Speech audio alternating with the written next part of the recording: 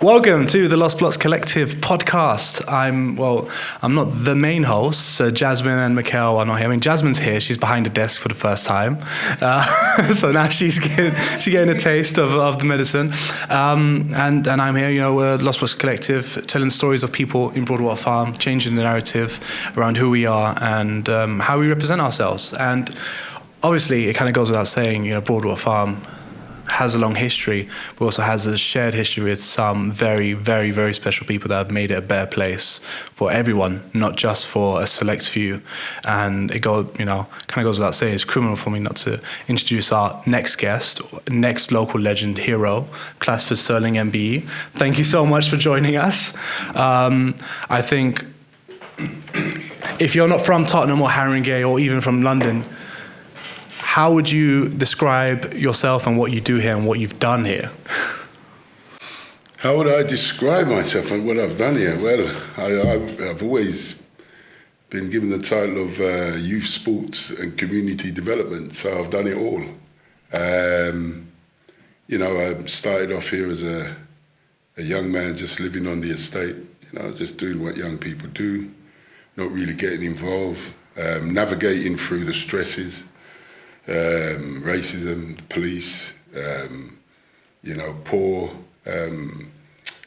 services from the council with your flat, and the estate was a mess and all this that, and the other. So, it was just it's just being young for me in them days, and then out of the blue I was approached by a parent of a young man over here that I was friends with and asked me to come to a meeting one day at her house, 118 Tangier, and the rest is history, really, for me, because it changed my life, but it also put me in a direction that I think I was going to be in that direction anyway, because of the way I was growing up. But in those days, at the time, I could almost say we was about 90% unemployed over here, and I was one of the 10% who was employed as a young man on Broadwater Farm estate, and as I said, that meeting that I had in that lady's house changed my future and helped a lot of people on the estate, and absolutely improved the estate.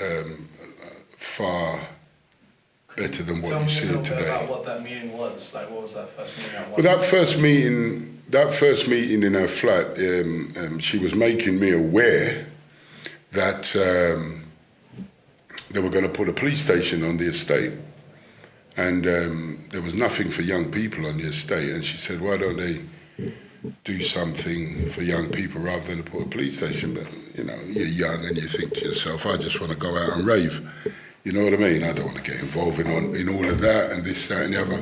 But I think one of the things that was different was I went to the first 3 meetings I went to, and some of the young people was a bit noisy, rowdy, swearing, you know what I mean? But when I arrived, it all stopped. And I think because I grew up in the neighbourhood, I watched the estate being built. So I knew everybody from young, and I used to hate people that bullied people. And as I was a big guy, a very confident big guy, you know what I mean? I didn't mess about. So it was just me. So everybody knew me in those days, and I'm not having it. And I was respectful. I was brought up respectful. So when them lot were making noise or shouting, when I come, they didn't like it because they knew I was going to say something. So when I come to the meetings, they left. And it just got like that until one day about 5 or 6 meetings in, Miss Dolly Kiffin, Rose Hughes, Martha Osmar, who's now Lord Osmar, Beverly Blair, a lady called, I think her second name was McCulloch, but we used to call her Miss Joyce. They asked me and another guy, Elliesse, young guy, but he was older than me. And they asked me if I would be part of this youth association. And they wanted me to deal with the youth, the young side of things, and this, that, and the other. That I honestly didn't know what that meant. So, I thought, trying to be respectful, and I thought, all right, I'll come to some of the meetings and this, that, and the other. And it was an absolute different world, because when you're out on the estate with your friends or you're going raving and, the language, the tone, everything you do is totally different. And then suddenly you're going to a meeting and talking about things that you just don't understand. But you're listening. And for me, it was about these are the things and these are the people that was governing my life. Because when you're talking with your mates, you all think you know politics and you know things, and actually you don't know anything. And I started to grasp it and understand it a bit more, and technically started to ask the question of why. Why can't we do this? Why can't we do that? This, that, and the other. And it was in the early days of our meetings. It was very difficult meeting with some of the council workers, because they were I wouldn't call them bullies, but they were like, well, we work for the council. You lot are just residents. You don't know nothing. So we had to listen to their way of things, and we thought, but nothing's happening. We want the estate cleaned up. Graffiti was everywhere on this estate, everywhere. And we just wanted to not live in a dump. And we wondered why we're living in a dump. We couldn't get our repairs done and stuff like that. So I started to get a little bit more knowledgeable about working in the community, which again wasn't easy. And then one of the things we found out is that this police station that was voted to be put over here actually was voted by a very few amount of white tenants that lived on the estate. And at the end of the day, I think Bernie Grant at the time chaired that meeting. And then we thought, well, that can't happen. We'll have to go to this residents' meeting and all this, that, and the other. And I think we surprised them. We had a social club here, and I think we surprised them when we went into the social club, because we didn't even know we could go in there. And from there, a couple of little altercations where this weren't a resident association, this was their own private thing. So from there, we had a few meetings, and we said, well, if the resident association is the process, we'll have to get rid of the resident association. And in the end, we did. We called the council for a meeting, exposed the fact that this resident association weren't representing anybody. And eventually, they were called to a special meeting, which they never turned up. Only one person turned up, a lady called Rita Carney. She turned up, had her books and paperwork. There were no accounts, no nothing. And she said she's only coming here to clear her name, and that was it. And she left, and that was it. And somehow, I got voted in as a chair, being one of the youngest chair in the country, the chair of a resident association that I absolutely didn't know anything about. Just trying to be nice to everybody, but I didn't realise how much work was involved. What was that pressure like? Because I can imagine being quite young and having all of that put on your shoulders, being a chair. Your resident association could be quite... Well, it was a lot of pressure. It was a lot of pressure. I mean, again, as I said earlier, when you go into meetings that you've never absolutely been in those meetings before, and the way they conduct a meeting and the things that they say and the references they make to the minutes and this, that and the other, and you have to try and get up to speed in order to say, hold on, stop, something wrong here. I don't understand that bit. You know, because what I noticed when we went to these council meetings, they went through things fast. And we were kind of trying to catch up. And then I've got some of the elders asking me, what does that mean? I didn't even know myself. And I think they just assumed because I was a young man, I knew everything. And there were some words that they used that I thought, God, what the hell is that word? What do they mean by that? And I wrote it down, and then the elders used to ask me, and I said, don't worry, I'll sort that one out. And then I go home, look in the dictionary, and I thought, I know that word. You know, but I think it's because you leave school and, you know, as I said, I was working, but you're out on the street, you don't use certain words, but you use certain words, and those words actually mean the same thing. Yeah. You know, and learning each service was crazy, knowing how to speak to social services, recreational service, leisure service, housing service, this service, the police, that. And you have to be guiding an estate of nearly 4,000 or 5,000 people. You have to then chair and let the people around you, your committee, what is your decision of the way forward? And it was very, very difficult. And these 5 women that was around me was really my mentors in terms of educating me, keeping me going, because, trust me, I meant to leave a lot of times. It took me at least 8 years to get into everything, because it was difficult in the beginning, because there was always a frustration with young people, local authority, young people, the police. So when I started now and having meetings and, you know, just talking to the police on the estate, which people didn't do at the time, and suddenly I become an informer. People started calling me things. I didn't mind.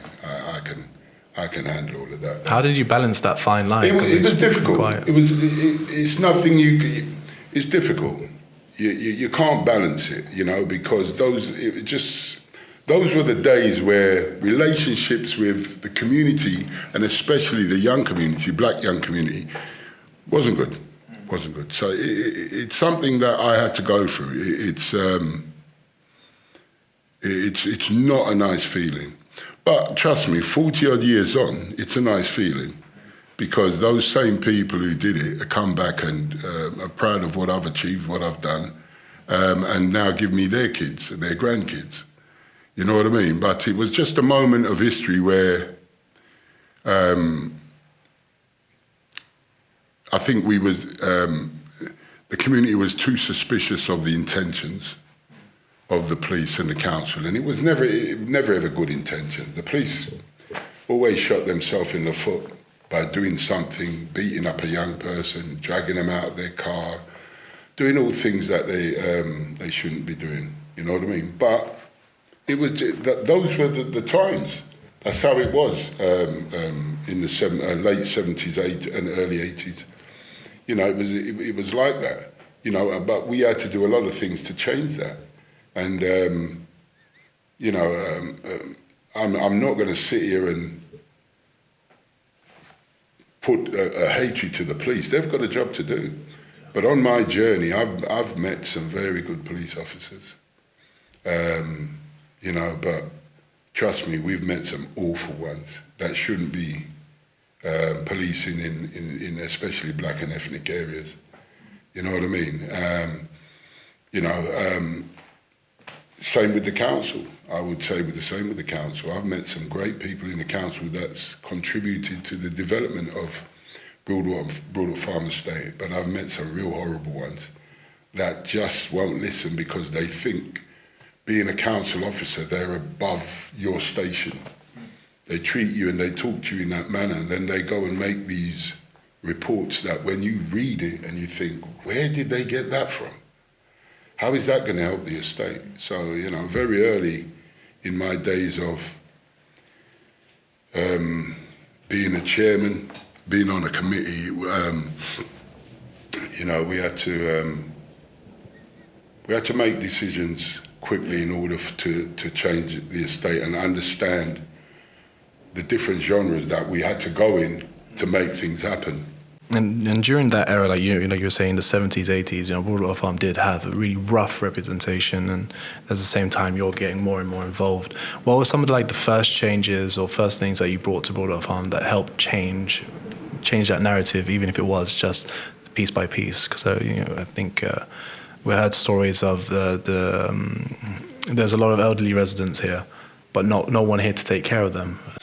Yeah, that was I mean, that was something. But right, the person that made the biggest impact for me, for us as an estate at the time with the Youth Association was Barry Simons, Andy Ludlow, and Bernie Grant. Barry Simons, because after we had our early meetings, we didn't know what to do. We couldn't keep meeting in Miss Kiffin's house. So it just dawned on us, hey, you know, all the shops up on there was only one supermarket. All the other units was closed. So there was an old disused chip shop. So he said, you know what, we're just going to kick the door off and go in and you put it and make that's our youth club because it's empty. And we did that, and we totally gutted it, threw everything over the balcony. I'll never forget that. Over the balcony into the road. And then we all, young and old, cleaned it, painted it, you know, and it became our youth club. And it got to the ear of Barry Simons, who was, at the time, he was the housing manager for Mid-Tottenham. That's what it used to be called. There was Mid-Tottenham Housing and there was North Tottenham Housing. And we come under Mid-Tottenham. And he asked for us to come down to his office for a meeting, and I'll never forget it was a cold. So it must have been maybe November-ish. Anyway, round about them times, it was snowing and it was cold. And we were freezing in there. It was our club, but it was freezing. And we went to his office, and he was asking us all these questions, and we were saying, well, it's our youth club now. You have to tell us what you're going to do. And he said to us, well, you know what? I'm not going to do anything. So we were looking at each other as if to say, is that how you just take possession of stuff? You know what I mean? He said, no, well, we're not going to do it. And I understand later on now why he said that, because when we opened it up, I think it changed everybody on the estate. You know, I'm not saying that the ones that were in there were making trouble on the estate. It just changed the estate because we had somewhere to go. You know, we got a pool table from somebody, and we got one of them Pac-Man machines and all that, and it was our own, you know, and the crime went down. We didn't know that at the time. And burglaries over here was mad, absolutely crazy. The burglaries over here. I always thought it was quite impossible to break into someone's house like on the No, not since they've done up everything. Before it was terrible. The burglaries over here was terrible. And the crime kind of went down. So he said, well, I like the idea of what you guys are doing, you know, blah, blah, blah, blah, blah. And that was the gist of it. And the thing that I remember leaving, because Miss Kiffin, she was sometimes a bit outrageous. And as we were leaving his office, she said, by the way, it's cold in our youth centre. I'm taking that heater. Yeah? So he looked at her as if to say, are you really saying this? So he laughed and he said, okay, take it. So we took the heater, we came back here, we plugged it in, and we got a little bit of heat. And then we started to ask for chairs and tables and stuff like that. And it just kind of, the youth association now kind of grew. And it was changing the estate. It was really changing the estate. And we got introduced to the youth service. And another person who contributed to this estate, Mike Bates. He was the head of the youth service, and we had a few meetings with him. And he said he could pay some of us sessions to do youth work and this, that, and the other. So things got a bit difficult for me because I had to make a decision of working or doing what I'm doing because it was very difficult.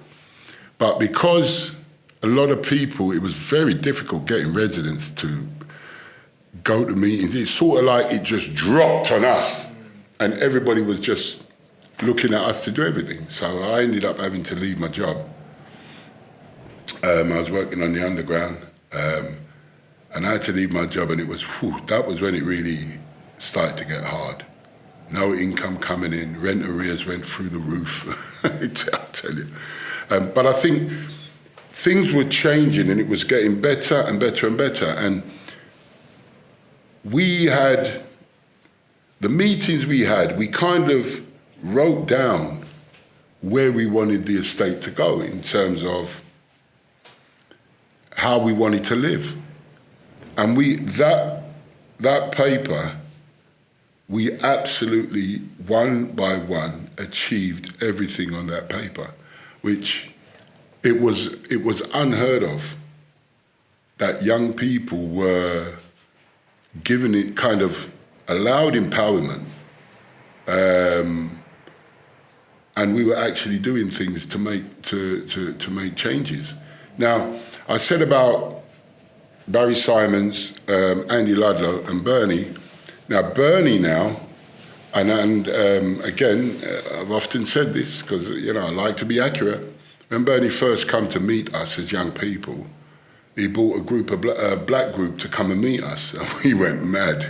We went mad because it wasn't about being black. It was just, we wanted an estate that was better. That's all it was. So we chased them off. It was a group from Head Start.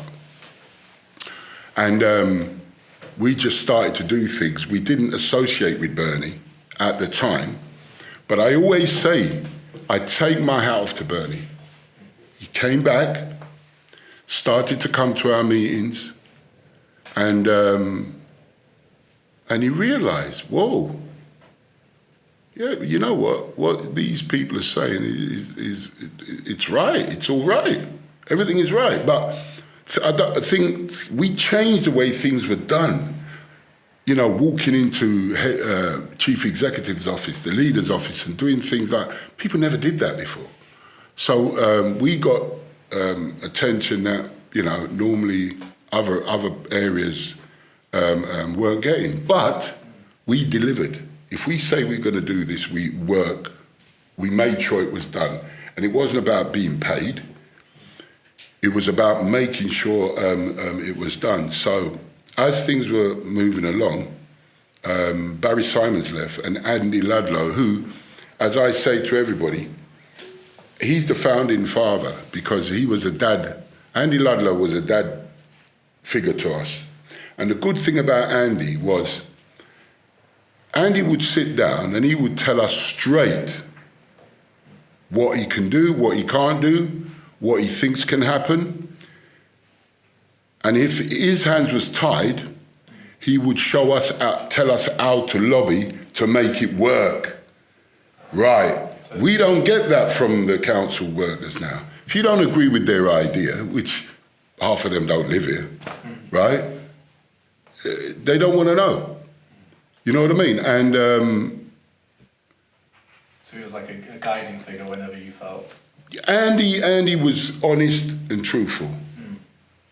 And that is it. You know what I mean? And I know a lot of people in the council didn't like his kind of association with us, but Andy and his family, everybody, that's why when he passed, I was so, I don't expect, there wasn't an expectancy from me for anything, but when his wife asked me to speak at his funeral, it was an honour. That just goes to show how much. And at the time, he was head of housing and head of social services. He was director of 2 services.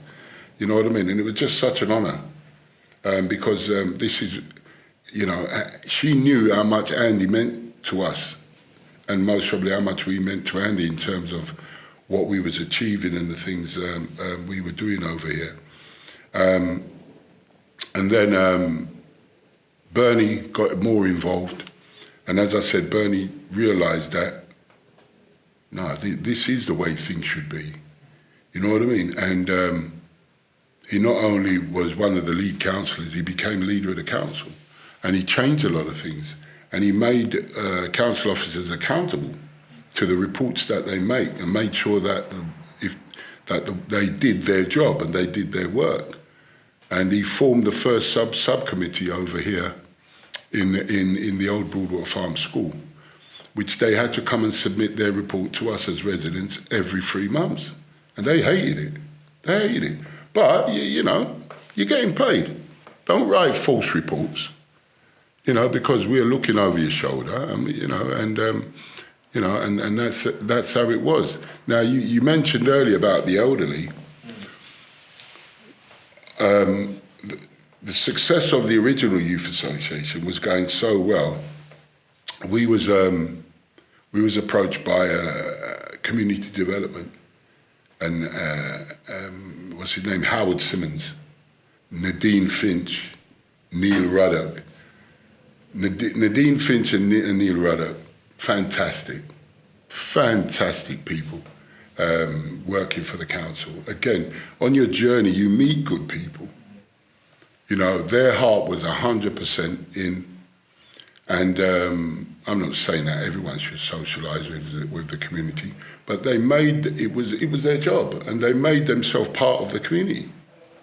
You know, and so they understood things more by being a part of what was going on here. You know, anyway, we put in a bid. I think it was Urban Aid, and we got 1 and 2 of the bid. And then when we got that money, we then renovated the supermarket and turned it into the Broadwater Farm Youth Association that everybody knows today. And it became a nice, big youth centre, and we could do more things in order to help the estate. But we never ever deviated from our original list. Yeah. Never. We wanted a nursery over here. We wanted the place painted.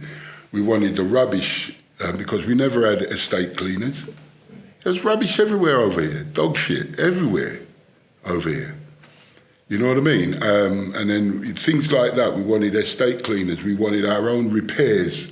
So we didn't have to compete with the rest of Tottenham, because sometimes, it's months before any repairs are done. The dustbin chutes here were too small for the rubbish. We were the ones that enlarged them so you can take the big things, and that took a big debate, simple little things. You know, and then out of the blue, we got a letter from Princess Diana that she wanted to come, and we didn't know we were being revolutionary. We were changing things. We didn't know, but apparently we were doing things that no other youth group or community group was doing. And she came down and, I think at the time, Prince Charles was sort of like seen as the black community's favourite. And obviously Princess Diana, we saw some newspaper clippings and sneaking out to go to parties and this, that and the other. So everybody now, so we had to choose who was going to be our escort. And we drew straws. And I won. So, so I don't know who's looking down on me, but thanks. You know what I mean? And I was her escort for the day, and I mean, it was good to look back and people acknowledge what you're doing. Because we weren't doing it to win a medal or anything like that. But it was good, and she was really interested. It shocked us because, come on, we're a family. What were the conversations like? What was the first? No, she was just interested in. She'd obviously been told about what we're doing there. Yeah. We had a women's section, which we did fashion shows and making our own dresses. We had a photographic lab, and obviously your normal pool table, table tennis table, and stuff like that. And she wanted to know how we were doing things and blah, blah, blah. And she was just absolutely interested, which again was kind of like, a surprise. So, and I think in a way that a kind of acknowledgement kind of encouraged everybody to kind of do more. You know what I mean? And we tried as much. One of the things we wanted to tackle was unemployment. That was the main thing. Every project we did on the estate, we made sure that a percentage, no matter whether it's the council or whether it's us, we made sure a percentage was employed from the estate, and things really started to change. And as again you mentioned earlier about the elderly. While everything was going on, we had a load of elderly people dying on the estate. And Mrs. Kiffin, I remember she saying to us, well, this isn't acceptable. So we went to the council and we said, but don't you know? They didn't keep, I don't know why, but they didn't have a data of how many of the elderly lived on the estate. So we said, all right, we're going to find out ourselves. And then we started to go around and, can you imagine it? Especially the white elderly. I mean, they were shocked by us knocking on their door. I never forget it. But they were really nice.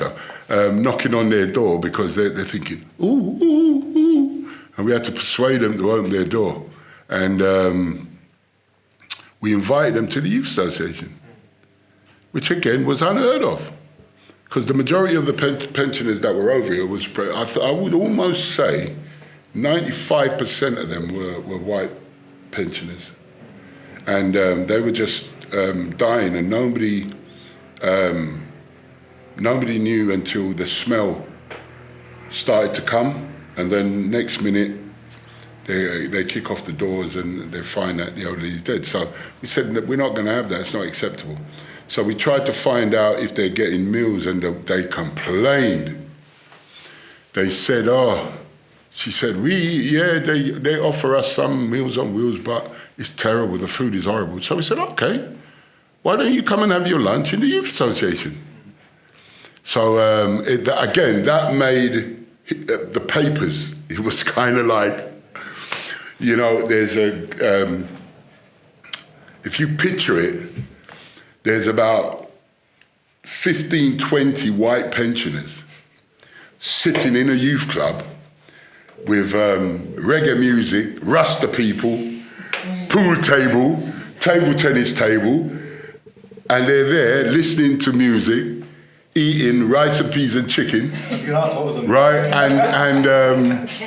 And people just couldn't. We had people come and visit, and they just look and thought.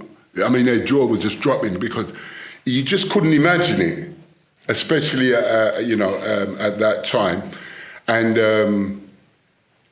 I'll never forget this lady Faye, who became the coordinator, and she said, you know what, we since we've been eating it, we feel a lot healthier. And she said, well, couldn't you do this all the time? I said, the council. So we went to the council again to say, well, listen, blah, blah, blah. And the pensioners came to the meeting. And then we got the contract to do a Meals on Wheels. And we were the ones, the young people, me, and all the others, we had to deliver the meals. You know what I mean? Make sure they're okay, and this, that, and the other. And then Miss Dolly Kiffin had, I've got videos of it. She created the first pensioners party. And The agreement was, especially all the female pensioners, we had to all of us was a chaperone, so we had to get our suit and tie on and everything, go to the house and escort them to the social club. And we had don't think because they're old they can't rave. They just wouldn't stop. What was their choice of music? They dance to everything. Yeah, especially when they've had a couple of whiskey. Yeah, but you know, and it was again, it was just something that wasn't happening that we decided to do, and then Faye, she became the coordinator, so she was always in the centre. And again, you know, it's not something you can imagine, because people couldn't see. People used to come there from all over England and can't believe it, because when you go to their centre, it's a predominantly Asian, black, white. They couldn't believe the mix. So the stories that they were hearing about Broadwater Farm, right? They come in, they think, huh? This is not what we're hearing. You know, and we just kept on going like that, you know. Then we opened up a nursery. There used to be a children's home at the top of Wilham Road, which was empty for a long time. We converted that into a nursery because, again, childcare, finances, things like that. It was very difficult on Broadwater Farm Estate. I mean, if I wanted to, in those days we called it hire purchase, but if I wanted to get finance for something, I couldn't give my address over here. Really? Wouldn't get it. Wouldn't get it. Whether you're working or not, wouldn't get it.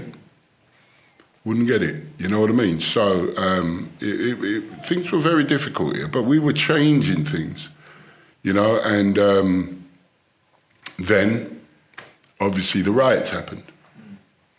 And a lot of people keep on branding us that, have a riot and you get all that money. And it wasn't, it wasn't like that. The riots set us back 3 years. Yeah. Set us back 3 years, because after the riots happened over here, it was only about the riot. It weren't about the development and this, that and the other. So we tried to keep things going while all the massive investigation was going on. You know, and it was a period of time where we had to get through. How different do you think Broadwater Farm would have been if those riots never happened here, never originated from here? Well, if I could answer that one, I could have told you my future. I don't know. That maybe it was the destiny. That was the destiny for the estate or whatever. I don't know. It is a difficult one. But you know, in most things like riots or civil disturbances, there's a lot of things that come out of it. You know, that is told, and people have to correct a lot of things, because the problems with the police was quite evident, and the testimony of many people at the Gifford inquiry, Lord Gifford, another good person that came here. You know, a lot of the things that came out of that, you know, was a true account of what was happening on the estate. You know what I mean? You know, the sad part of it all is that, you know, in all of this is that Mrs. Jarrett and P.C. Blake lost their life. You know what I mean? Which both shouldn't have happened. You know what I mean? But again, the relationship, especially with the police, the black community, and with this estate, I don't know about any other estate, weren't nice, weren't very good things. You know what I mean? And the riots happened over here, but the incident didn't happen over here. The incident happened at South Tottenham. You know what I mean? It just so happened that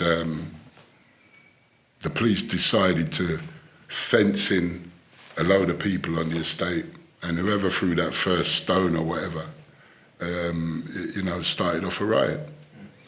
You know what I mean? But we got through it, you know, and the estate was still in a bad way, and we needed the estate to be done up. There were simple little things like, you know, getting rid of the walkways, stuff like that, and painting up the estate, making the flats look better. Why did they get rid of the walkways? Because I always, whenever I see old pictures of Broadwater Farm, we think of, you know, just like that, you know, a city in the sky. It looks so different, and I can imagine even living in Broadwater Farm would have felt so different. Well, there were two things. The first, I mean, listen, I liked it. I liked it. You could walk around the estate without even touching the ground floor. So I liked it, but there were issues. You know, we still had very bad burglary issues before the doors were reinforced.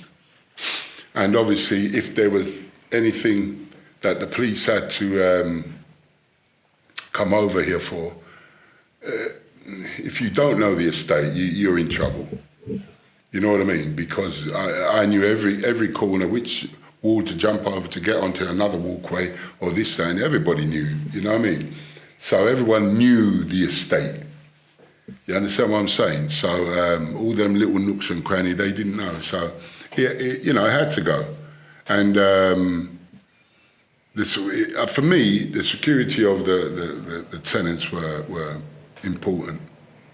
So I didn't actually mind it going. But, you know, the concept, the idea of having the walkways, I liked it. It was good. You know what I mean? So, you know, I mean... but it was unanimously voted to get rid of them by the tenants. So, you know, that's what we did. And you had the estate repainted. Yeah. And the good thing about the whole thing about doing up the estate was the fact that, again, we came with a concept that, hey, you know what? Because when they agreed what we were saying, the first block they were painting was Limpney. And someone come over to me and said, Clasford, hold on a minute. They're painting underneath there. Why can't we get a job? He said, it's a stone wall. We paint our flat, this, that, and the other. Again, Miss Kiffin, boom, idea. I said, that's not a bad idea, you know. So we went to the council to say, listen, look, the rest of the place is in a mess. We want to paint up this, that, and the other. Oh, you can't do this. You don't know how to run a contract. You don't know how to do this. And then the next minute, the union was having some kind of an argument that we can't do this, we can't do that. That was a wrong move, because then we went to find out all the ins and outs and the laws and the reasons why we cannot, and there was no reason. So one of the things we did, we formed Broadwater Farm Youth Association Co-op Limited and became a company. So, and that took very quick. It was very quick, very, very quick, because they were still doing underneath Limpney. So we said, we went down there one day and we said to them, off. What? Said off. The job's finished. How many of you were there and how many of them? There's quite a few of us. So the council decided to have a meeting with us. We said, well, we can paint that. We're a company now. Yeah. Blah, blah, blah, blah, blah, this, that, and the other. So, they brought up all these bullshit arguments. You know, but I was the manager for the co-op, and now I've gone into another genre, learning how to do contracts, stuff like that. But we got some good people to help us, and we got the first contract, and 50% of the employment was from the estate. Yeah, 50%, no, 5%, 50%, and we worked with a company, and we started, and when they saw how good it was, but the best part of it was, when we did it, it was never graffitied again. Really? Do you think they were scared? to do. Well, I think when people, I mean, you're not going to deface something that you've done. Yeah. And you're not going to watch your friend, your cousin, or a member of your family defacing something you've just done.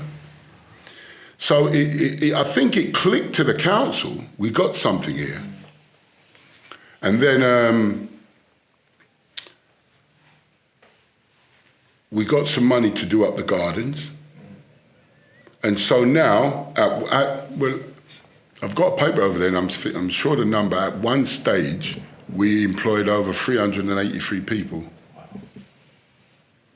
And do you think the reason why it, like, you know, why people don't compete is like people had a stake in it now? People had the stake in what Broadwater Farm looked like, so they just...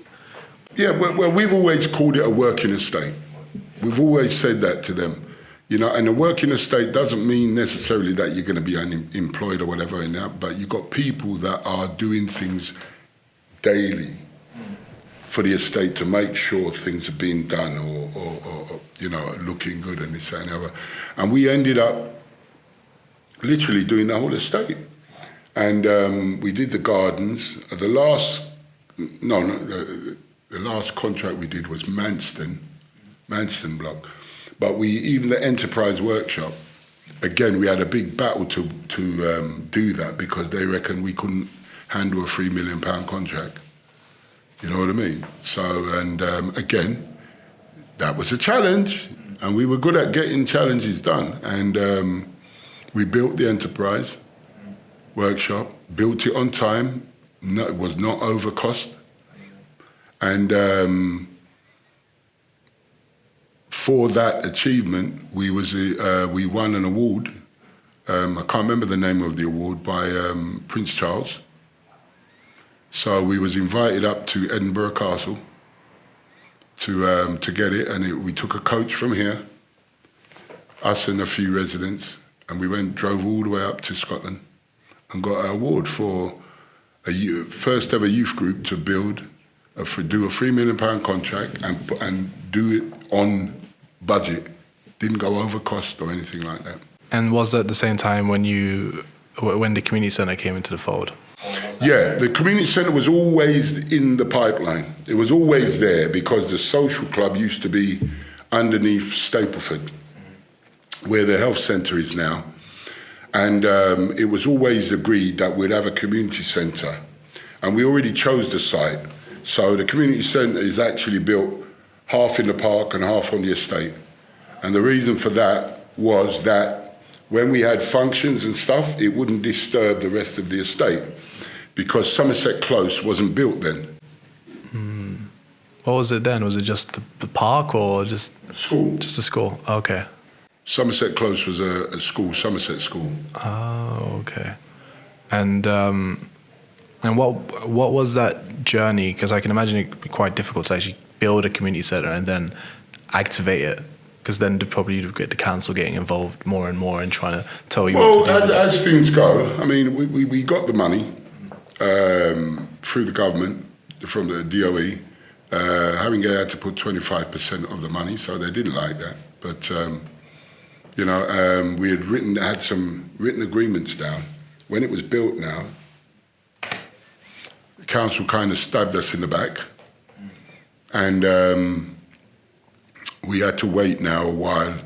It's built, it's not open, you know, and then one by one, windows started to get smashed, vandalised, things were happening, and then the chief exec at the time was Gurbuk Singh, and he phoned me for a meeting, and at that time my office was up in the top of the nursery. The youth association had now closed, I think, by then. And he said, Clas, would I be willing to move my office to the community centre and supervise it and I said, okay. So we moved over there, they repaired all the windows, this, that and the other, and well, I'm in there, so no one ain't gonna come and smash the windows. so that was not gonna happen. So, that's how my office ended up there.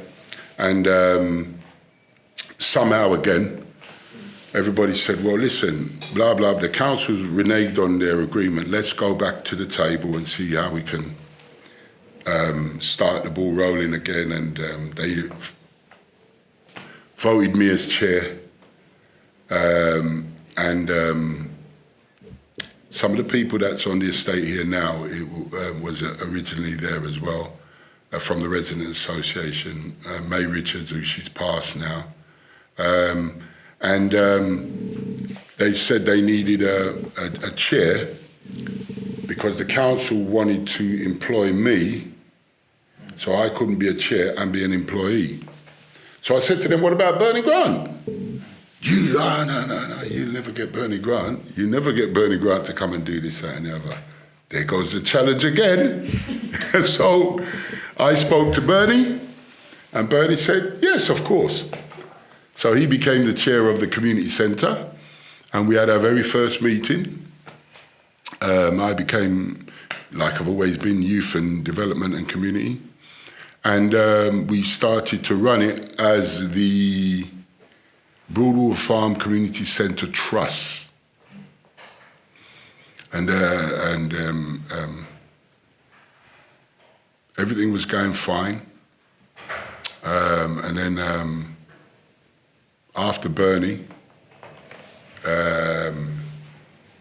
was David Lammy, after Bernie passed. We asked David to come and take over as chair, and he come and took over.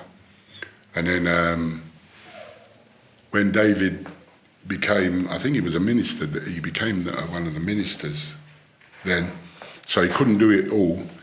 And he asked Nikki Gavron, who was the deputy mayor, if she would become the chair, and she agreed. And we were doing well. The problem that we did, what happened was the council said we had to have a manager from their side.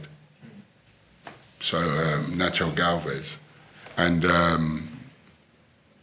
for some unknown reason, some confusion between him and the council, he went and spent off the money. So the trust went into bankruptcy, and the council took back over the building, and it was doing well. So it wasn't good for the community, you know what I mean. But the council took it back over. I was the only one asked to stay, help, and bring it back to what it is to what it is today. But when the community ran it, it was doing well. The actual council worker, Nacho Galvez, him and at the time Dennis Dillon spent money they shouldn't have. Doing that, not taking it, but they did up the computer room upstairs, and they did this and they did that. And they spent money that they shouldn't have. And the council said that they didn't promise him the funding, which he said that they did. So, but the community centre is still there, and it's still serving its purpose. I think, personally, a few things can still be happening for the community, you know what I mean? But this is 40-odd years on for me now.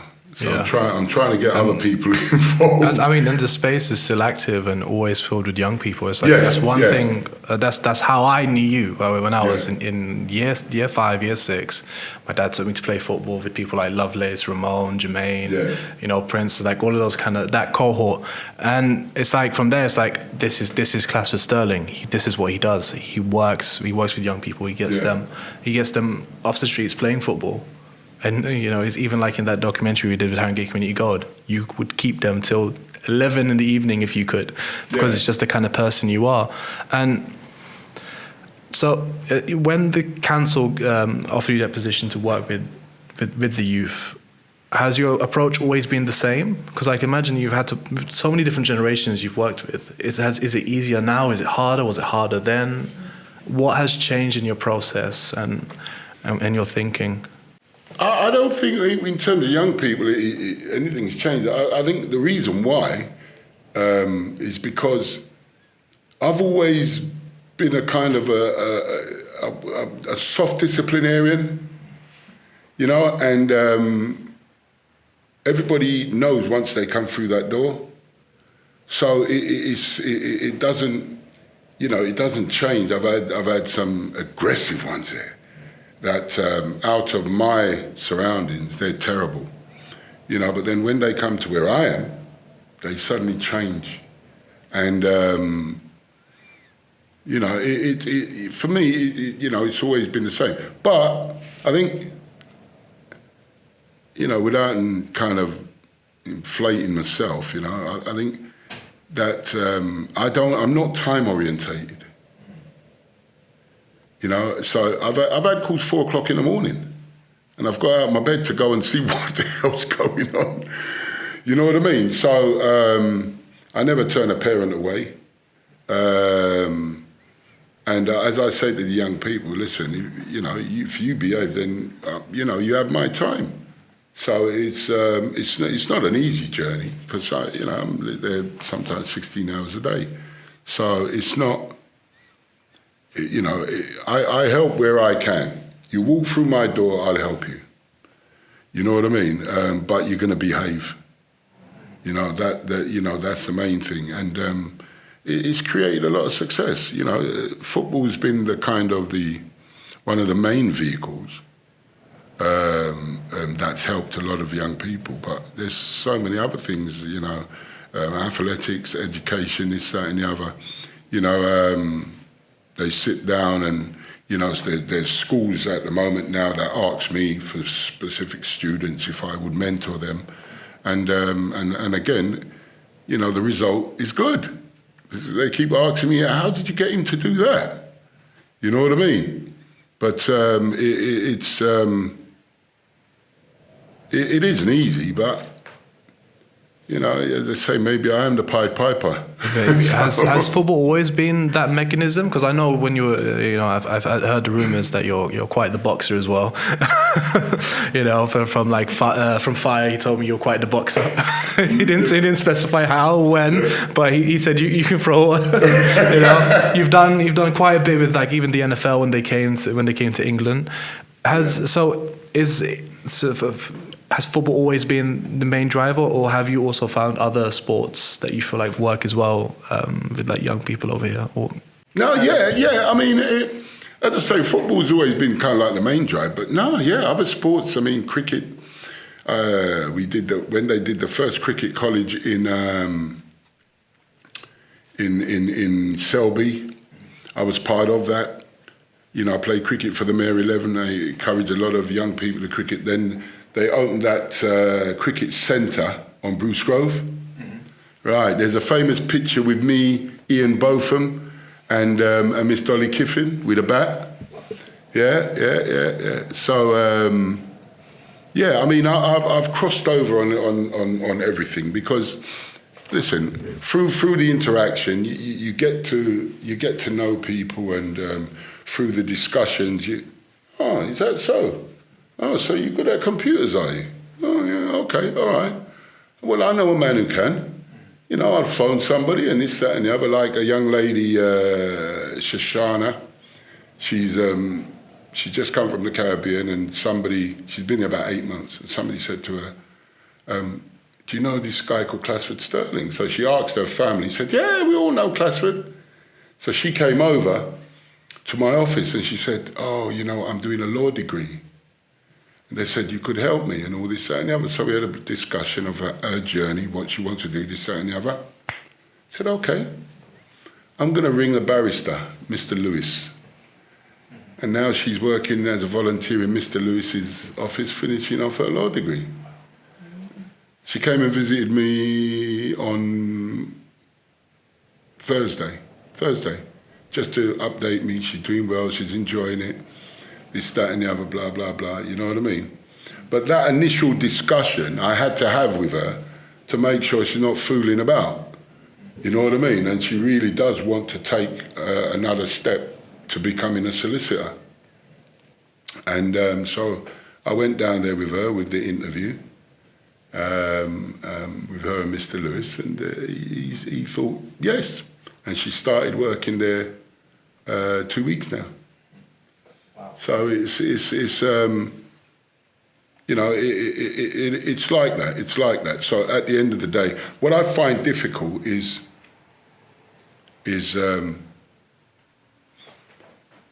being in this for a long time, how young people at the moment have absolutely strayed away from their family.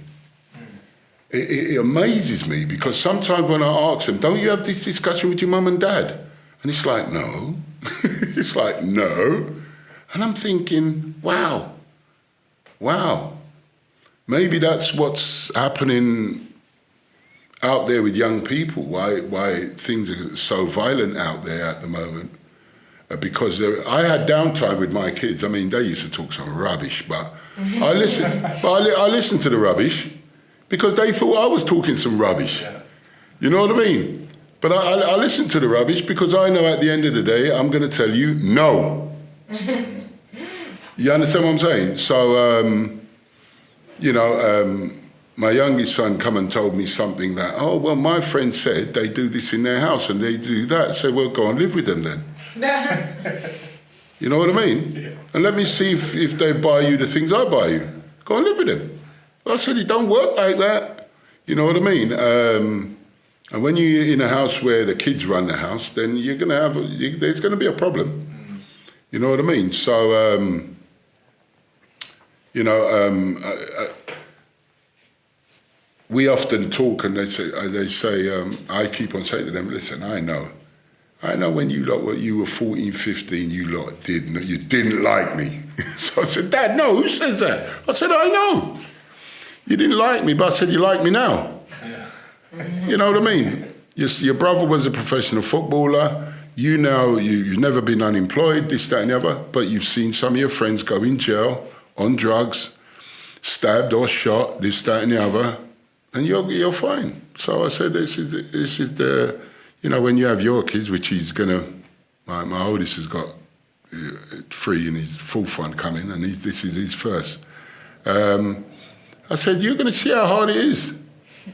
You know what I mean? So if you go my journey, it's easy. You go any other journey, it's not a nice life. But again, for me, I just find it strange when I ask a lot of the young people things that that their parents hasn't actually given them any guidance. It's a strange one.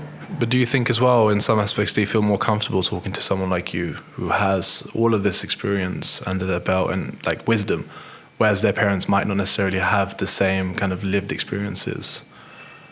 Yeah, I think so. It could be. But I think for me, what I get from them is that they see that I listen. You know what I mean? And I'm not going to judge them, but I will talk them into a situation where they can do this or they can do that. You know what I mean? And have you thought about this or thought about that? And I don't know if I always did that, but I can do that now because my journey has been a very educated, informative journey. So I've been learning as I've been going along. So without being an expert in all, but I've dabbled in all. So I can always find it easier to point them in a direction or to have a discussion with them about a specific topic, you know, in order to guide them into where they want to go. Because more often than not, a lot of them follow what their peers do. Or they say, well, why do you have to do that? But you know what, I've heard you singing. Why do you sing? You know, I've just wanted to make music. Well, why don't you? I'm a bit scared, I'm this and the other. But then why don't you do this or why don't you do that? You know what I mean? I said, your voice sounds good. You know, but just simple little subtle things. You know what I mean? And that I just find it difficult because I'm from the 50s, 60s, right? And your parents never spoke to you. So that was it. That was it. You had to, the old silent, you have to be silent and not heard. Yeah. And it was that kind of era. But now, you know, with the younger parents, you would have thought, but they don't. They don't. You know, because I've come, that's a question I constantly ask them. Why are you asking me? Don't you talk to your parents? Over there, ain't got time for it. They go to work or this, that, and the other, blah, blah, blah. So, you know, but again, from knowing, that educates me. So now I know how to kind of approach the youngster in all different ways. You know what I mean? So it's the hardest part of it all is to understand the different cultures and the way some people are in certain ways. You know what I mean? And I'll give you an example. Like we've got quite a few Romanian kids there, and they are absolutely rude. But the dads and the mum, they allow them to be that way. They allow them to be that way. You know what I mean? But the dad, he said, no, you always go into Clasford. Always. You understand me? Because they don't behave like that where I am. Yeah. You understand what I'm saying? So it's, listen, it's good, it's good. So at the end of the day, I will try and help as much as I can. You know? Don't know how long left I've got. Because it seems like I've never had a holiday. So when was your last holiday? Oh yeah, that's a country and didn't work. That's a good question. That's a good question. But I did go to Emmanuel Frimpong's wedding. Yeah. Which was nice. You know, that again, when you help somebody and they've achieved and they invite you to their wedding, you know, it's just. And that was a destination wedding, wasn't it? That was a destination wedding. That was in Ghana, right? Yeah. Yeah, it was just unbelievable, you know. I mean, I'm happy that they even remember their journey. Yeah. Oh, like yourself, you remember the journey. you remember the journey. You know what I mean? So it's good, but overall, I mean, the youth involvement on the estate wouldn't be here if the young people at the time were not involved. I don't know, because even in 1982 there were talks of knocking it down. Really? Yeah. Wow. Yeah. So, you know, we as young people in those days, we really changed, I suppose, the way youth work, community work was done. You know, the real word of empowerment was used in those days. And I know the council was a bit nervous, but they realised it was the right thing. You know. A lot of your work has really influenced us, like, you know, the Lost Plus, because when we started, we never, like, for me in particular, I never felt like, there was youth clubs. I remember Church on the Farm had youth clubs. I went there a couple of times. But, there were, you know, again, you obviously, you doing your amazing work. But when we came into this journey, I was like, all right, what are we doing? Was there ever such thing as like a real big youth presence? And then when you start doing some digging and you go, what was the Youth Residents Association? It seems crazy to be like, you know, born 96, lived here my whole life, and I only found out about the Youth Residents Association when I was 24 on a project when they're about to tear down two of the most iconic buildings in Broadwater Farm. Cool. You know what I mean? It's like all of this history, and I didn't know about it. I'm like, where is the Youth Residents Association building? Like, where is? I see the pictures. I can't see where they used to be. And then you go, oh, it used to be in this. They used to have these walkways in the sky. I'm like, what? Yeah. Yeah. And you keep learning and learning more about Broadwater Farm, and you go, there is so much more to this area than what the media keeps telling us. Yeah, Much more. And 100%. And anywhere we look for anything new, we see one name come up again and again and again. That's Clasford Stirling. Yeah. Dolly Kiffin. Yeah. Clasford Stirling, Dolly Kiffin. And it's, just like, it's like anytime I see you, it's like you re-humbled, and just like sitting here with you again, it's like humbling again to hear that journey you've taken, and I wish it can go on for another 100 years and can get more funding to do more of your amazing work, because it feels like a lot of it is still slept on by like London, by England, but it goes without saying the Queen at least recognised you when you got your MBE. Yeah. But getting an MBE, I mean, I was proud. I mean, a lot of people have got some historical things they want to argue about. I'm not going to go into that, but it's very difficult for me and hard for me to receive that on my own.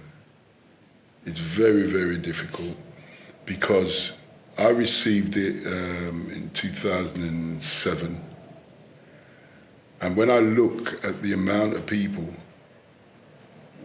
that was part of the success, I'm glad that I've got it, you know what I mean? It becomes a family heirloom, but every piece of that is from many other people who contributed to the success and the change of Broadwater Farm Estate. You know what I mean? And every time I do look at it, I remember everybody. No matter how small, whether it's a month or 6 months or whatever, no matter how much time they spent here, you always remember the ones who gave that commitment and contributed to the success and the change. Because the thing that always I look at 40 years on is the fact that the estate is it's a million miles away from what it looked like. It was a dump. I mean, it was a dump. When I look at it now, I can't believe it's the same estate. I can't believe it. But so, the efforts and achievements that so many people have contributed to the change here, it's fantastic.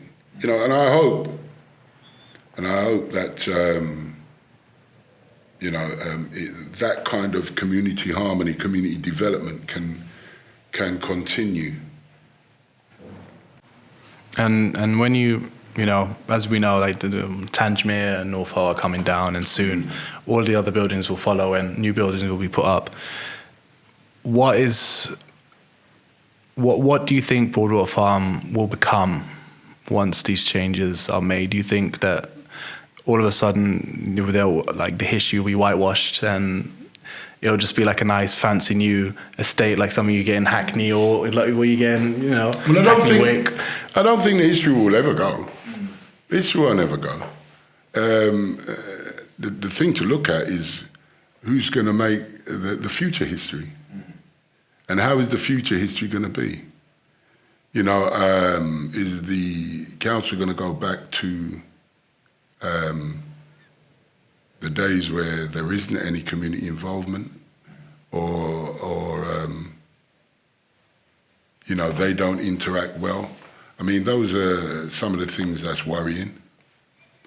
You know what I mean? When Tangemere and Norfolk's built, they've got to have a very close relationship with everyone who's moving in.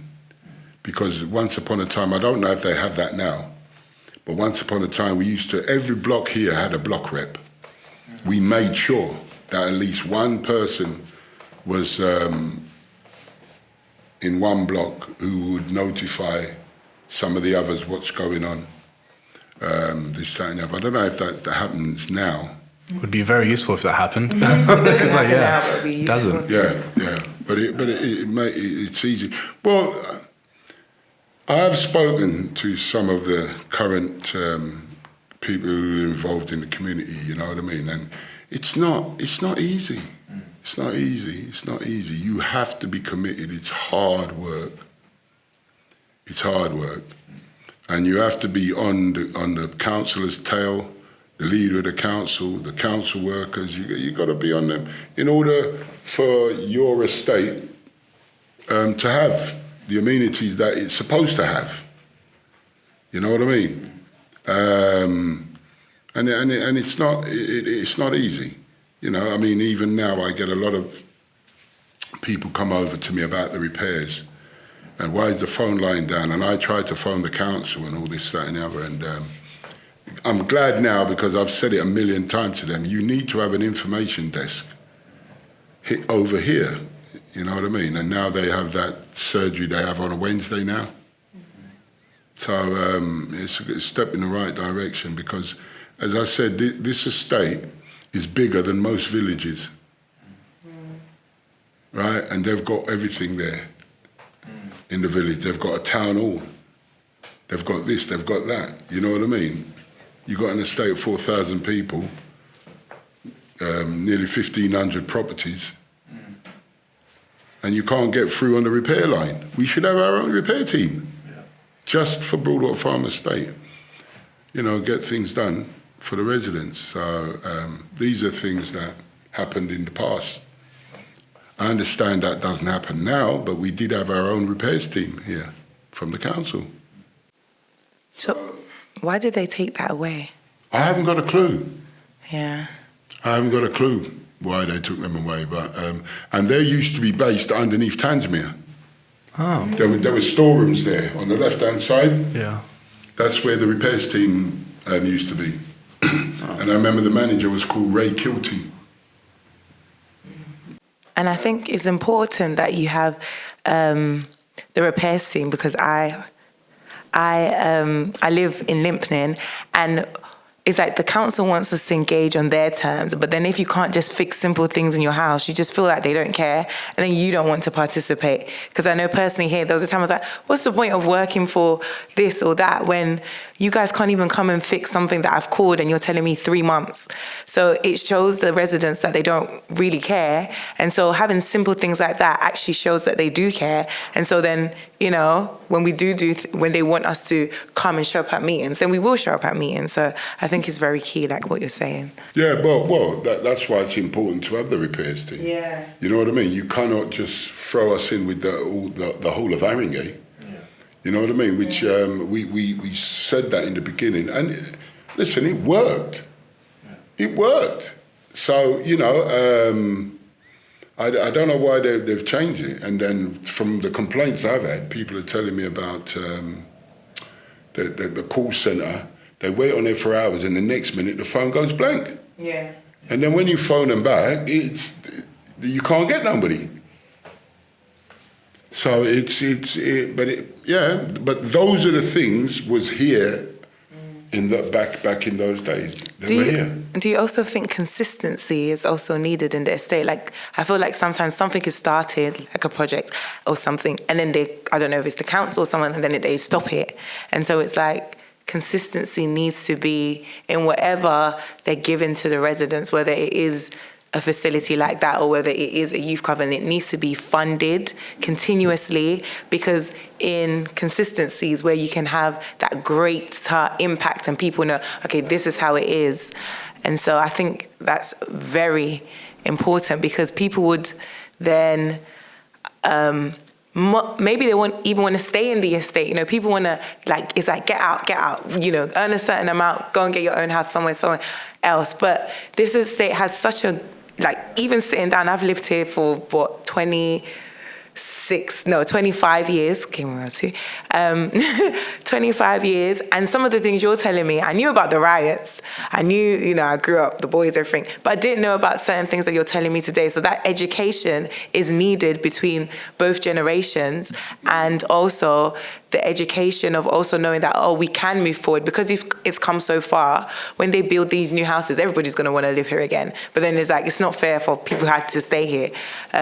So just having that overall. Well, that part. I mean, I've said that to the council. So whether or not they take my advice or not, because I said to them, if you're going to build them, you should offer the new build to those who live here.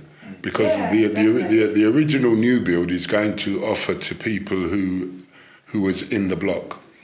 Now, I've spoken to most of them, and I haven't had any.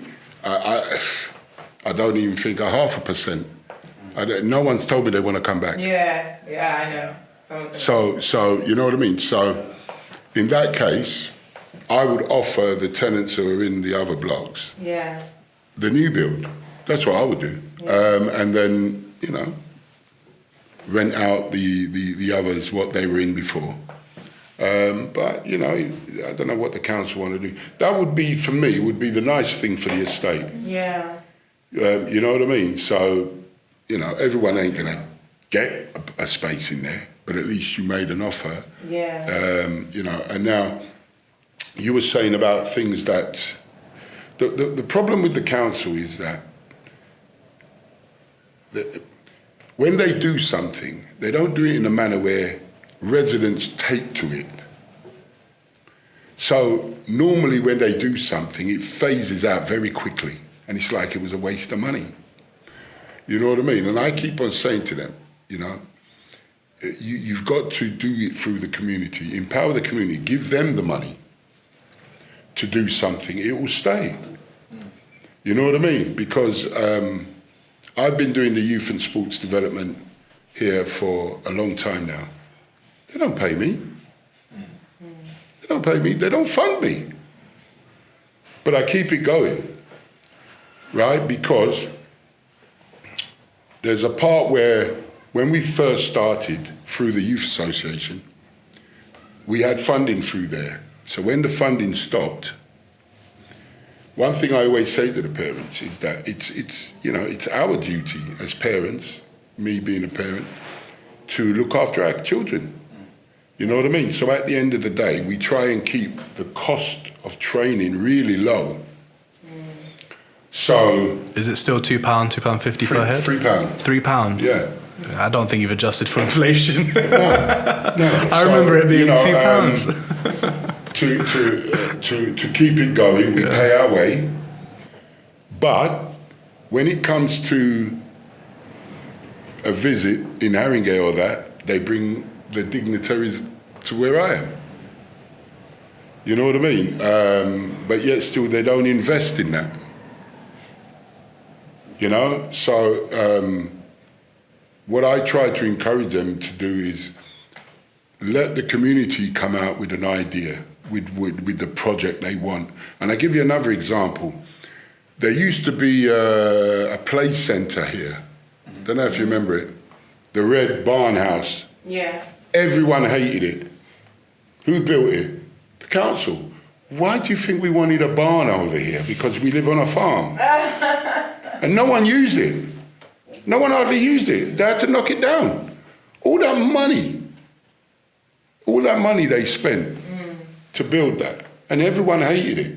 Now, next time, don't build what you think we should have. Yeah, let's get the people round the table and ask them what they want, and then build it. And I tell you now, it will be used. It will be used. That's as simple as that. And this is the part where the council always kind of undermines the community. You know what I mean? Now, you're a council officer, and unless you live here, which I've never known any, right? Unless you live here, when you leave the estate, you're going to go home. The estate is still living. You're not living here. So whatever you guys do, it's got to be what the estate wants, not what the council think you want or what you think we need. You know what I mean? And I think, again, that was part of our success back in the day, because it took us a long time to get some of the council workers to think like us. But then when they did, it was a success. We're not taking your job. We're just saying we don't want that. Yeah. But it's as if, well, I just wrote a whole report on that. I can't change my report. Yes, you can, because we're not going to do that. And that's the relationship that some of the officers has had with the estate that's made the difference with the estate. And this is why it's quite easy for me to remember their names, of all those that's come and contributed as council workers, because eventually they've seen for themselves and they've sat in meetings and they're shaking their heads saying, oh my word. You know what I mean? There was a lady, as I mentioned her name, Nadine Finch, and she come one day and she literally was nearly in tears. And she said, you know, I shouldn't even be saying this, but some of the things I hear some of them saying about Broadwater Farm in the meeting, she left the council. She said, I couldn't believe it. I couldn't believe it. I said, Nadine, that's what we've been going through all the time. You know what I mean? So, you know, the estate's got a name, and how can you suddenly judge everybody? So somehow at least 99% of them are... No, they're completely different people. You know what I mean? But they sit in meetings in Broadwater Farm and that's it. But you forget that the Broadwater Farm is there's a load of people on Broadwater Farm. It's not just the little percentage of who's causing trouble. You know what I mean? So, so we open up a lot of their eyes to the way sometimes there's a bit of a prejudice to the estate. So that's why we had to, for everything that we want to come on the estate, we had to battle. We had to battle them for it. You know what I mean? But the one thing, the message I would give to them is the fact that they have to, it's what the people want. It's not what you want. It's what the people want. And if you give the people what they want, they will make sure it's maintained. They will make sure it's maintained. They will make sure it's still here. You know what I mean? I mean, the community centre opened, I think finished 95, opened 95 or 94 it finished, opened 95, 96. And in terms of, when I go to other places, they look mash up, where all the kids are. Here, it still looks good. It still looks good. You know what I mean? It may be aging, but it still looks good. You know, and the amount of kids we have there, it's not vandalised. It's well looked after. You know what I mean? Because they see it as theirs. You know what I mean? It's theirs. So, and this is, I think, somehow we're moving away from that. And I don't want to put any council workers down, but they've got to understand is, let the people decide. Let them bring up the ideas, what the next thing, whatever the development that they want. You know what I mean? Let them come with it. You know, and it'll work. It'll work because I hear now that they're looking to maybe get rid of the mural. You know, sad. It's sad because you know, it's especially the waterfall and the mosaic. You know, it's like a landmark for a lot of people. Yeah. Why are they getting rid of it? What's the story behind why they're getting rid of it? What's the story behind the mosaic? Because I feel like that's been there my whole life, but you know, not a lot of people know much about it. Well, what is the story behind it? Well, the mosaic was done. It was built through the co-op with Herbal Gulshan, the artist, and it was about we wanted to do the mosaic so people can look and see the harmony that was over here. There were so many good things happening, and the mosaic is a piano playing music through the estate, you know, through the youth club, and then eventually out to the top of the world. You know what I mean? But it was something that impacted on us. That's what we wanted. And we all, even me, I put some little tiles on and everybody put their little piece of work in there. And when it was on the floor, I'm looking at how are we going to get it up there? You know, but she done well. And now it's kind of in the way of the building. You know, they've got to knock it down. And I said to them, I mean, because I think it's one of the largest mosaic, I think, in England, if not Europe. You'd never think that like the largest mosaic is in Broadwater Farm. Yeah. So they're looking into it. It's gone to the what do they call them? Historian archives for the government. Yeah, and they spoke to me, and listen, I don't want to get in the way of development, but as I said, and I got to be honest, it was built in the times of those times. I don't know what the residents want now. You know what I mean? If they want to keep that as a symbol of harmony from the past, or they want to put something else there. You know what I mean? For me, it's just it's a personal sentiment because I was part of it. You know what I mean? The waterfall, which is actually titled The River of Life That Flows. You know, we had 3 drawings and all the residents chose that because it was to signify the water flowing. It was a life flowing through the estate. That's how it was kind of projected by everybody.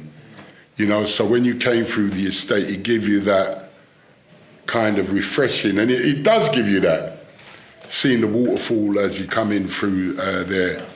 And again, I said it would be sad if cladding was to go over it. It would be really sad. And then this one here, even more so, because in the early days, before the waterfall and before the mosaic, people were saying in meetings about people of peace, and who do they relate to of people of peace, you know? And if you look on Rochford there,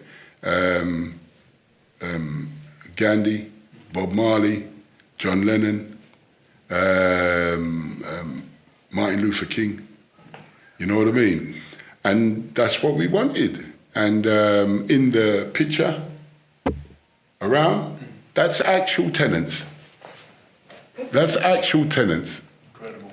In it. You know what I mean? There's 3 of them in there, in that picture have died. In the actual thing is actual people on the estate. And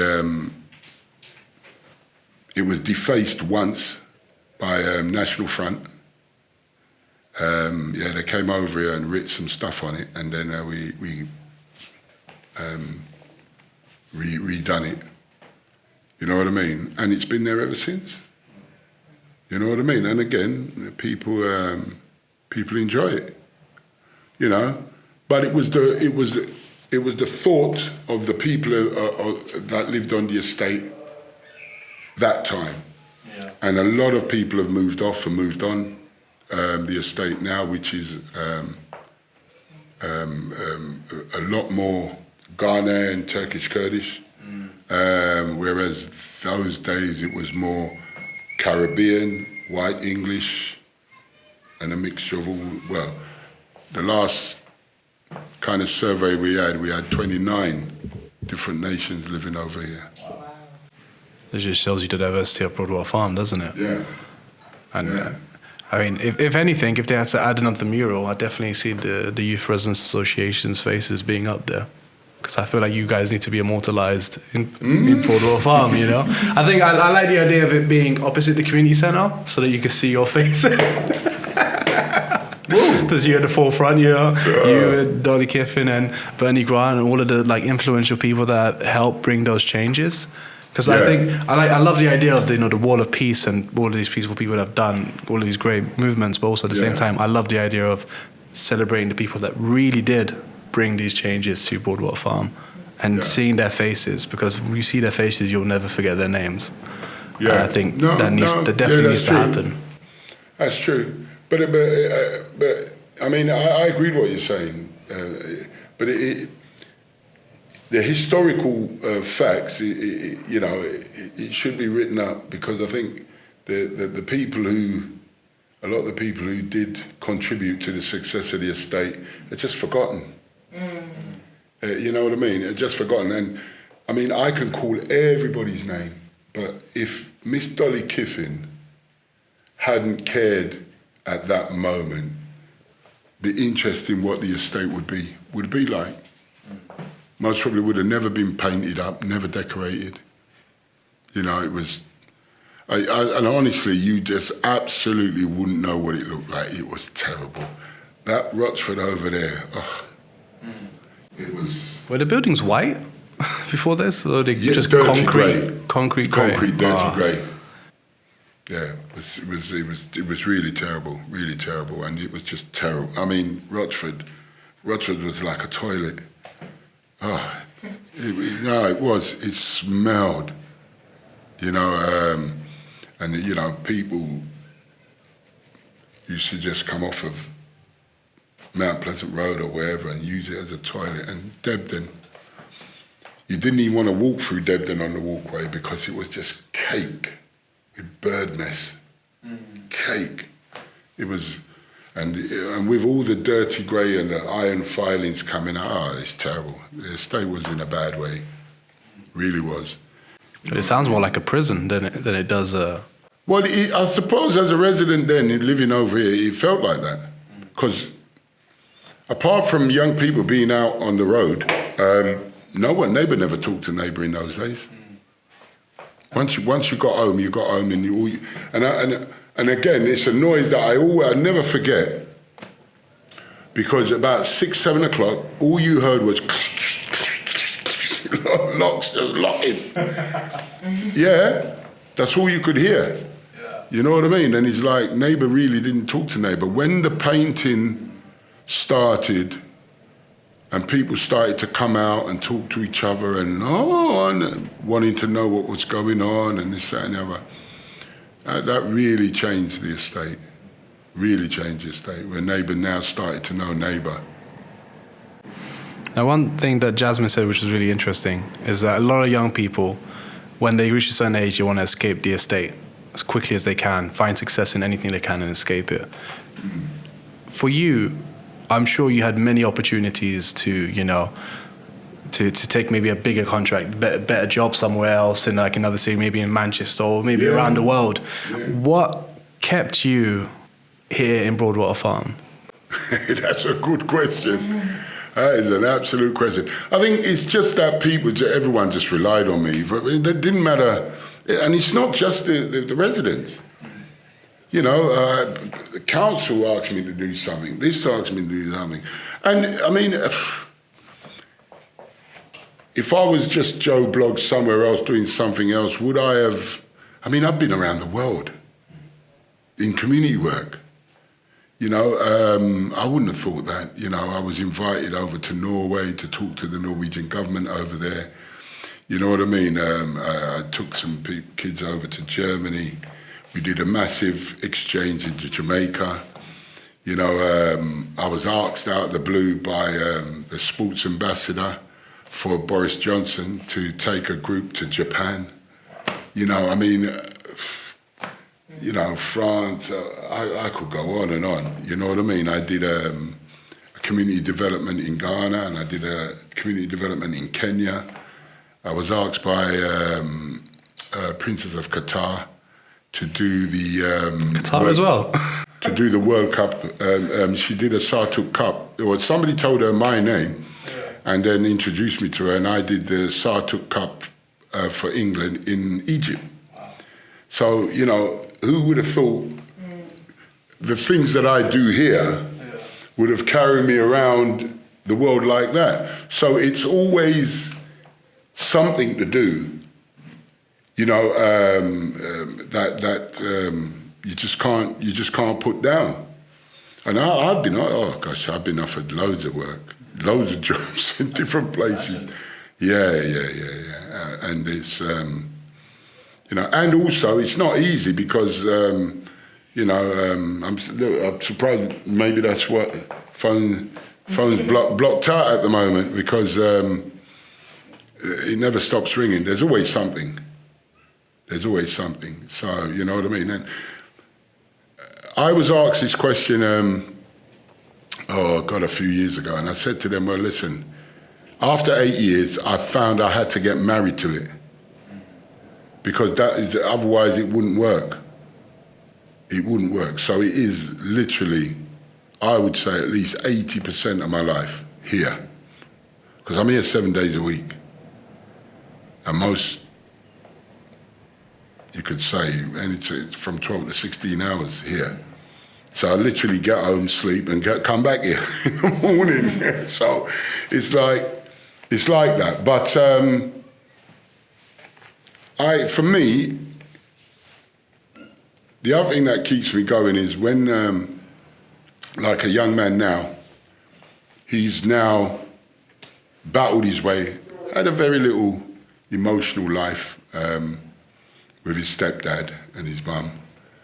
He decided to put his head down about 2 years ago. He's 14, he's 16 now. And he's now he's got a professional scholar, which he leaves next week, actually, and he's going to start getting paid for kicking the ball around. You can't beat that look in his face. There's no other joy. There's no other joy, you know what I mean? That he's happy. You know, and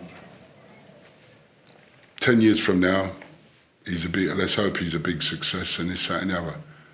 You know, but you can't beat that. You know, when you see that, and imagine the amount in 40 years that I've seen with that look and that smile on their face. Yeah. You know what I mean? And it makes it all worthwhile. You know, in the end, and you just want to. I mean, even my son said to me about a year ago, and he said, "Dad, can't you just say no?" but it's hard because if you know you can help, saying no ain't easy. You know, it's just not easy. I don't find it easy. You know what I mean? So I try to, no matter what it is, let's hope they don't want to go to the moon, because now I'd have to really dig into the box of tricks, because, you know what I mean? Because, wow. But, I just feel, no, you know what? Yeah, and even if I don't know, I definitely can find somewhere to point in the right direction. You know what I mean? And listen, we'll just keep it going. I mean, the fear for me is that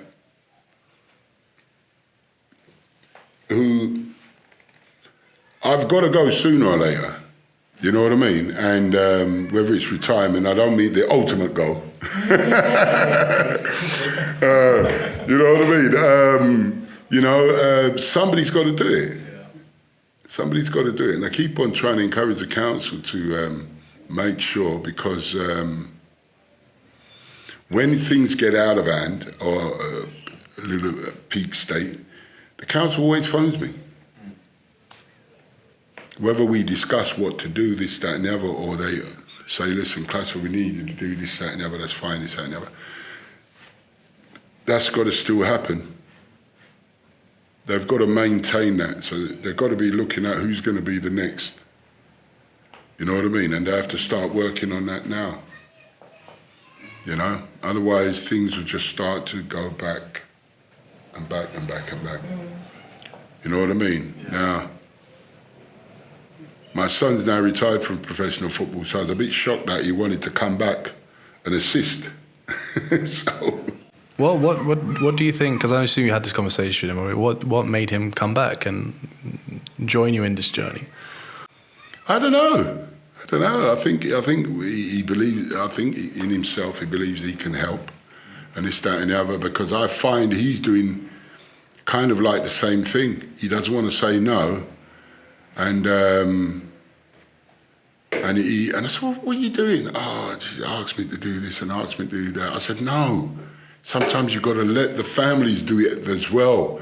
You can't be half of the time. Well, I did anyway, but sometimes he picks up 5, then or 4, drops into football, drives all the way back down, picks up another 4, drive them up there, and then by the time a Saturday finish, the whole Saturday's gone, and he's spent a lot of money on petrol. And this, that, and the other, blah, blah, blah. And I said, there's a lot of times you're not going to get thanks for it. But the first 6 months he come, he found it hard. He was even wondering how I did it, you know, and he left. And then he came back and he thought, okay, you know what I mean? And he's got involved in that kind of community development as well as the sport development side of it. And, you know, if he gives it 40 years like me, I'll be surprised. But yeah, the estate definitely needs somebody to, I don't want to say another Clasford, but they definitely need